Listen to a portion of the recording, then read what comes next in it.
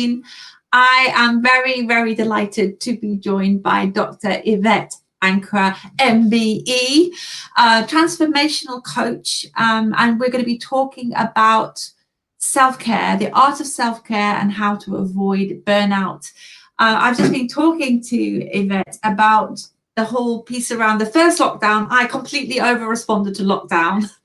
And then the second lockdown happened and I kind of hit a wall a bit. And I thought, I'm not sure how I'm going to navigate this because I was so exhausted and my tanks were really, really empty.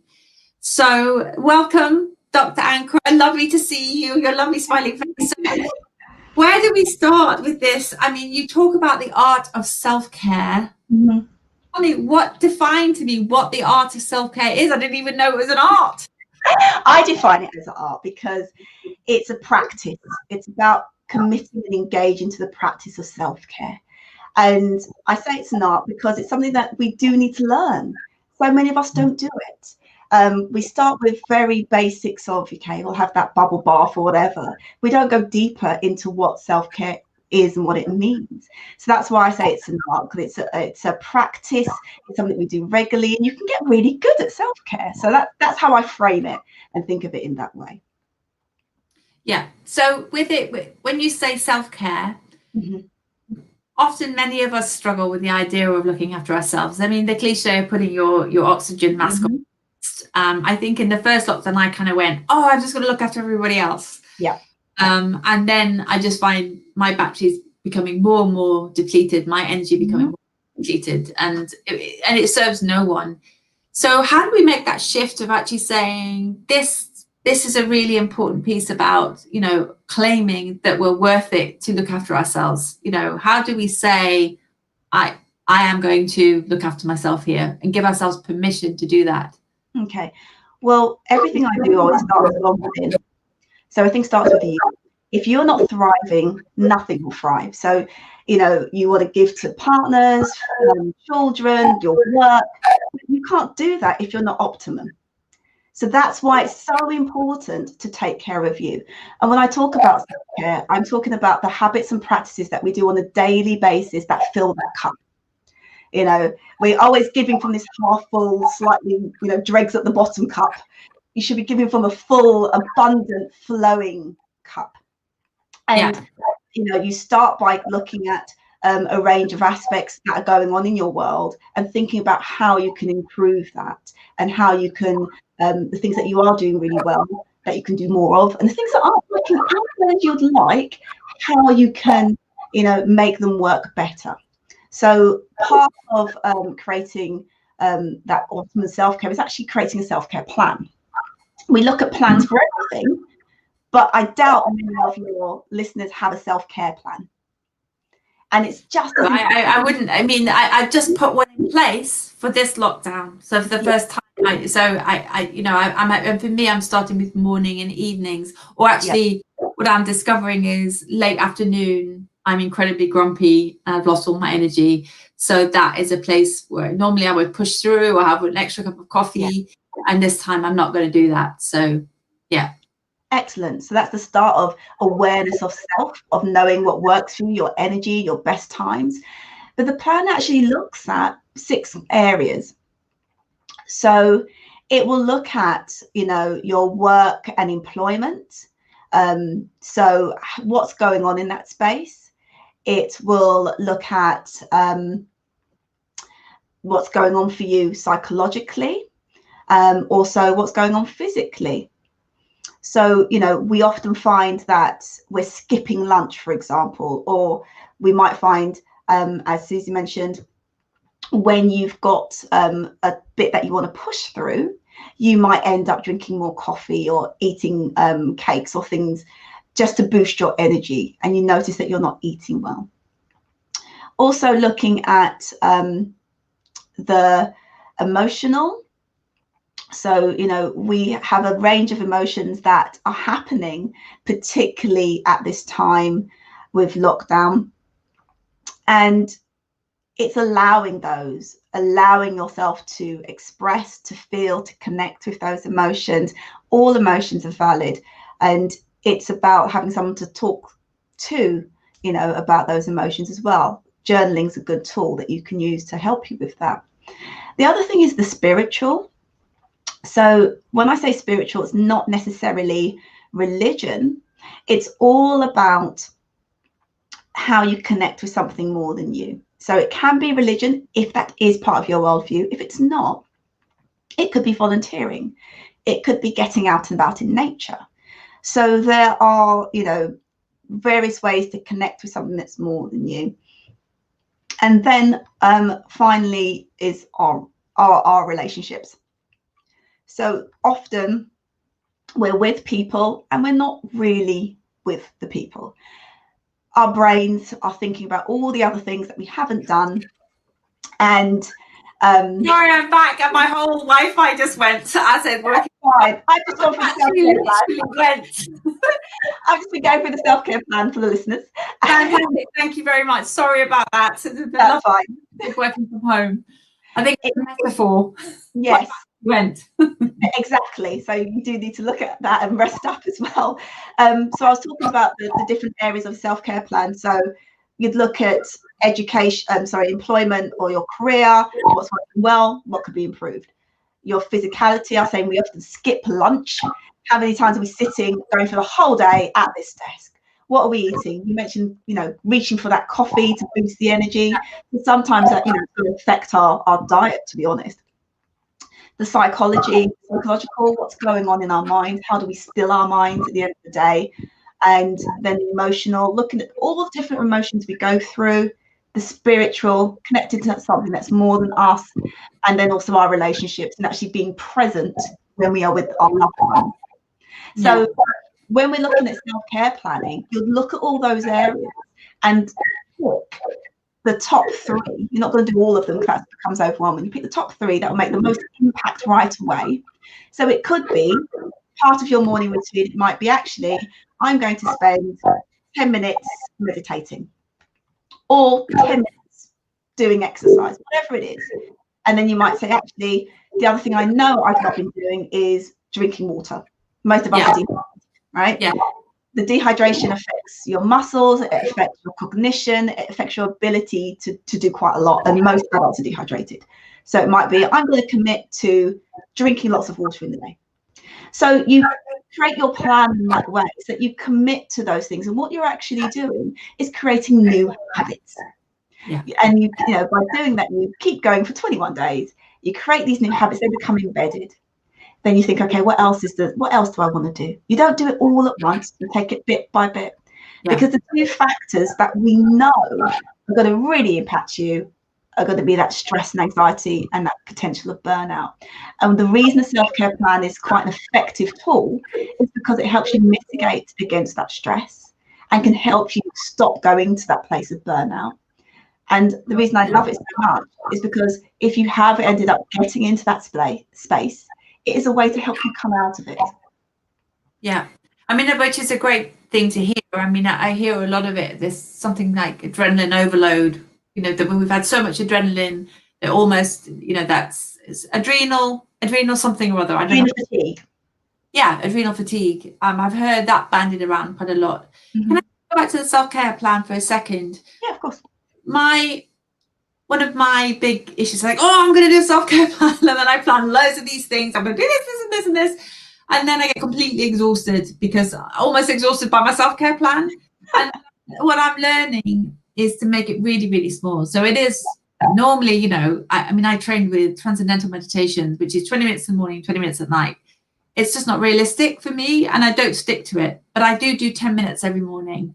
Exactly. You know, this morning I tried to go out for a run because I'm no longer at the gym because it's closed in London. And I was knackered and I just, what am I doing? I'm just going to go. It's a real joy for me. It fills my tanks up to take the dog out and it's beautiful and connect with nature. So I think there's something about I'm bringing my driven, I'm going to do a self-care plan, you know. Yeah. And then I give up and then collapse in a heap. And that's the whole thing. It's not about, I've got another goal to hit. This is about what are the small things that you can bring in that will make the biggest difference to your feelings of well-being.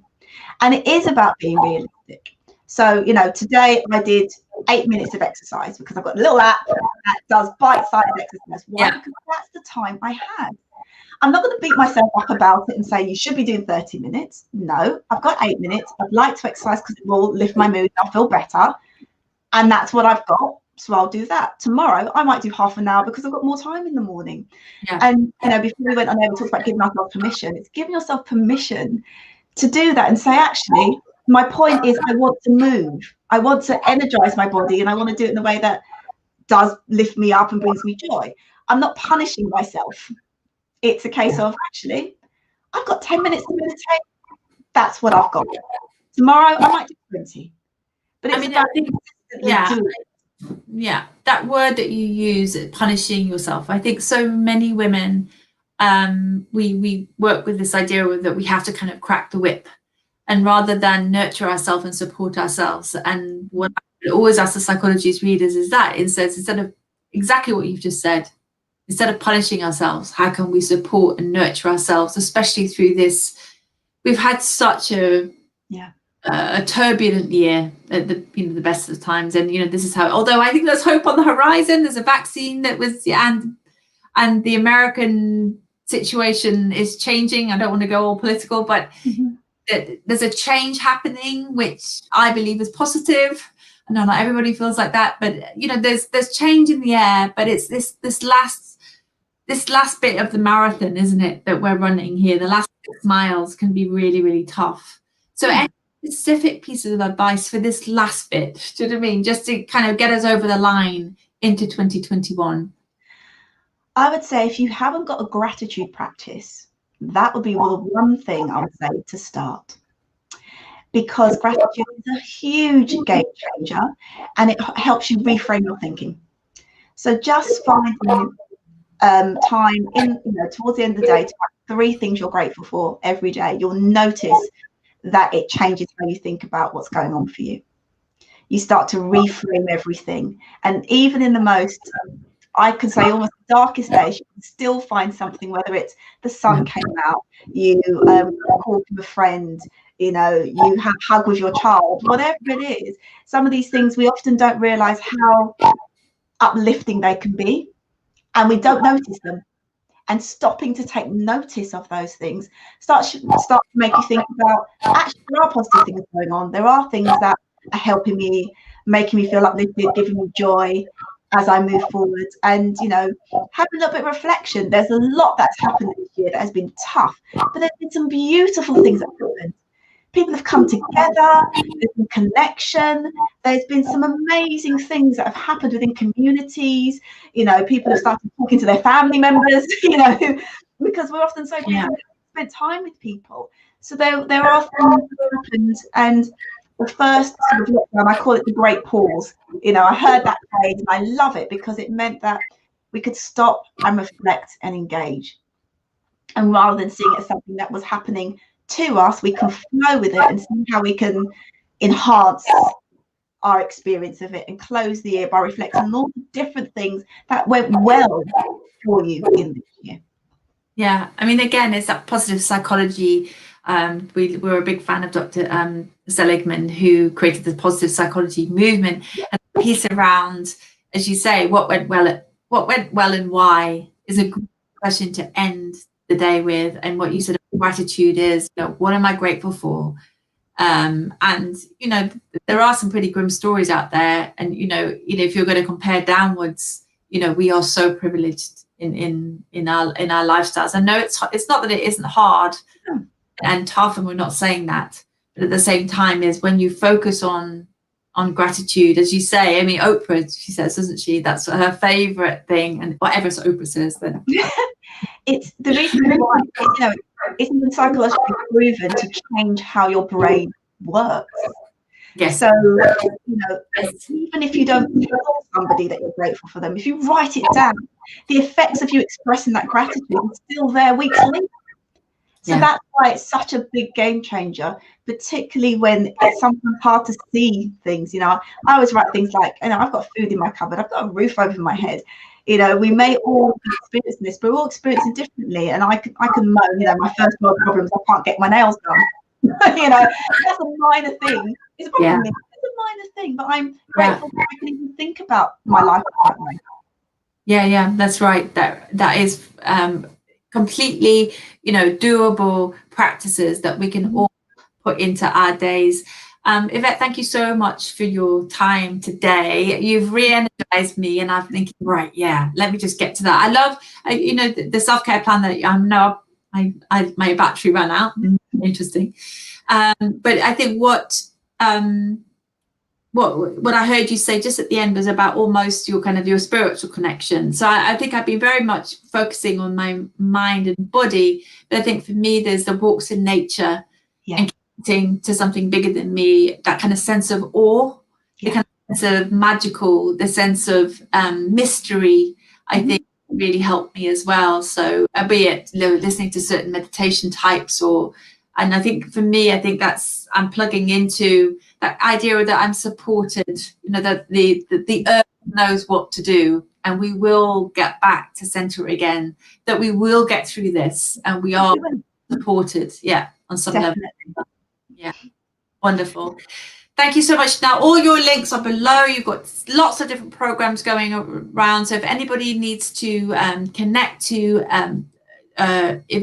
Yvette, there are all the links below, all the different websites. Is there anything that we should know about that you're going to launch soon, or in the new year? Any programs that we should sign up to?